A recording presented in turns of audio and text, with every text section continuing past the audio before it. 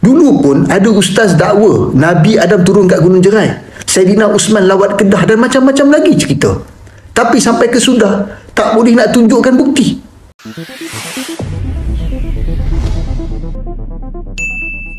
Assalamualaikum warahmatullahi wabarakatuh. Halo, kembali bersama dengan kami di channel ini. Semoga semuanya sehat walafiat dan selalu diberkati oleh Yang Maha Kuasa. Oke, ketika berbicara tentang sejarah peradaban Melayu, maka sebagaimana yang kami pernah sampaikan pada video kami sebelumnya, bahwa sejarawan-sejarawan negara tetangga yang paling getol dalam membentangkan kejayaan alam Melayu, entah itu sejarah yang ada di Indonesia, Filipina ataupun di beberapa negara sekitar, karena semua dikategorikan sebagai alam Melayu, maka akan digeneralisir dan klimaksnya adalah kehebatan Melayu Semenanjung. Sejarah yang sering didarasikan misalnya sejarah di masa kenabian seperti kisah Nabi Ibrahim dan Nabi Sulaiman yang katanya berasal dari Melayu ataupun Melayu keturunan Nabi Ibrahim, maupun sejarah Nabi Adam yang katanya diturunkan di Gunung Jerai, hingga sejarah di masa penjajahan pada era Kesultanan. Namun generasi mudanya mulai mempertanyakan kesahihan dari cerita-cerita dan kehebatan Melayunya Semenanjung. Kata Dr. Zamir, saya baru baca atas kajian seorang prof bahasa Arab yang dakwa Melayu berasal usul dari Keturah. Kertas kajian ini agak baru juga, tahun lepas punya. Dakwaan klaim dia ada masalah. Mari kita hurai satu-satu. Tajuk kertas kajian asal usul bahasa, tamadun manusia dan perkaitan dengan rumpun bangsa dan bahasa Melayu. 1. Dakwaan Nabi Ibrahim alaihissalam ada isteri bernama Keturah, datang daripada Bible. Saya sebenarnya tak tahu sama ada Islam ada sebut pasal ini, tapi sumber yang dia petik dari Bible. Tapi dalam Bible tak sebut isteri, ia sebut gundik, concubine. Bukti dari tradisi Islam tak ada. Bukti dari segi sains, lipatan sejarah atau arkeologi pun tidak ada. Tambah lagi, Bible yang dipetik tak sebut nama Keturah, cuma sebut gundik sahaja. Tak tahu asal mana nama Keturah ini. Cuma dalam video dia, katanya nama Keturah ini ada dalam kitab tafsir. Mohon semak kalau betul ada. Kalau tengok daripada sumber orang Yahudi, nama Keturah ini memang ada. Mereka berbeza pendapat sama ada Keturah ini isteri ketiga ataupun orang yang sama dengan Hajar. 2. Dia buat dakwaan sesuatu yang menarik tentang Keturah ini. Beliau berasal dari timur jauh. Ada yang mengatakan beliau berasal dari Champa. Saya nak tahu juga daripada mana dia dapat kenyataan ini. Dia ada letak nota kaki dan nota kaki itu membawa kepada laman Wikipedia dan Britannica tentang kerajaan Champa dan nama tempat Natrang. Ulama Wikipedia cukup tidak berkredibiliti untuk digunakan sebagai rujukan dalam kertas kajian. Bukan di sini. Dr. Ruzami kata, kenapa Kuips menjemput Profesor Dr. Solehah? Persoalan ini mungkin bermain di minda netizen. Saya jelaskan bahawa banyak fakta pelik yang dihemburkan oleh Profesor Bahasa Arab dari UIA ini dalam wacana dan pidatonya. Sebelum ini berkenaan kisah Qaturah dan bangsa Melayu. Kali ini dihemburkan pula kisah Datuk Bahaman bermesyuarat di Gunung Jerai pada tahun 1948 dan menerima arahan dari Kerajaan Osmaniyah. Ini sangat pelik kerana Kerajaan Osmaniyah sudah jatuh sejak 1920-an. Bagaimana Kerajaan Osmaniyah boleh beri arahan kepada Datuk Bahaman pada tahun 1948 setelah ia jatuh? Fakta pelik seperti ini perlu pembuktian, bukan sekadar hembur dan biarkan tanpa bukti. Bangsa Melayu itu hebat. Ia tidak perlukan sejarah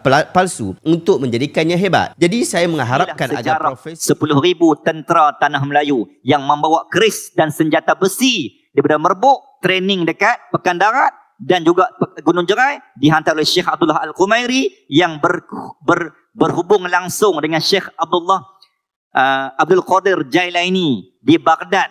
Dihantar ketika itu tuan-tuan 10,000 body manpower, 10,000 bersama keris besi material. Kerana Salahuddin ketika nak memenangkan Baitul Maqdis, senjata tak cukup, manpower tak cukup, bangsa tak cukup. Nak harap bangsa Arab dah memang tak boleh harap waktu tu. Bangsa apa yang boleh harap? Ketika itu tuan-tuan, Allah melahirkan Syekh Abdul Qadir Al-Jailani yang menghantar anak didiknya Syekh Abdullah Al-Qumairi yang mengislamkan Raja Peraung Mahawangsa. Di sinilah berlakunya hubungan tanah Melayu dan juga Baitul Maqdis pada zaman 1187. Akhirnya tuan-tuan, tanah Melayu menghantar dua sumbangan. Satu body orang Melayu dan yang kedua senjata dari tanah Melayu. Allahu Akbar. Apa buktinya? Ambil dari sumber mana? Kat mana boleh cari? Tak boleh cakap ikut andaian sendiri atau cakap-cakap orang dulu. Kena ada bukti jelas. Kalau ada Tok Arab yang cakap pun, dia kena bawakan bukti. Kata-kata Tok Arab bukan fakta sejarah. Bayangkan, nak tentukan kesahihan sesebuah hadis pun sikit punya susah, sampai nak kena cek satu persatu perawi dia. Apatah lagi kalau kisah-kisahnya membabitkan pembebasan Baitul Maqdis dan sebagainya. Dakwah ustaz ni, ada 10,000 askar kita dihantar untuk jadi tentera Salahuddin. Kemudian keris dan besi dibawa dari Merbuk dan berlatih di Pekan Darat dan Gurun Jerai bagai. Mana buktinya? Dari mana sumbernya? Dulu pun ada ustaz dakwa Nabi Adam turun kat Gunung Jerai, Saidina Usman lawat Kedah dan macam-macam lagi cerita. Tapi sampai ke sudah tak boleh nak tunjukkan bukti. Kedah nak lawan Siam pun cukup susah. Dengan British pun asyik kena tipu. Penjajahan ke atas tanah Melayu pun bersilih ganti. Dari Portugis, Belanda, British, Jepun. Lepas tu British datang semula. Gerakan lawan penjajah pun sendu. Kalau bangsa tu kuat, dia kena jajah. Tapi tak lama lepas tu dia akan bangkit bebaskan tanah air dia. Tapi tanah Melayu terus-menerus dijajah ratusan tahun. Tang mana kuatnya? Saya faham sangat yang kita ni nak orang ambil kisah tentang nasib umat Islam di Palestin. Tapi janganlah keterlaluan sampai buat cerita macam ni. Realitinya, orang Melayu sejak dulu sampai sekarang sangat lemah.